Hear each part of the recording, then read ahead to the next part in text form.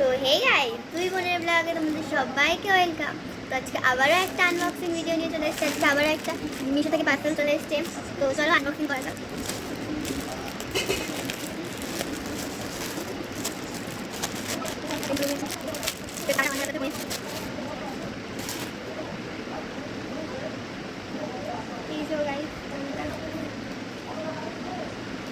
চলো পরে দেখুক বোন।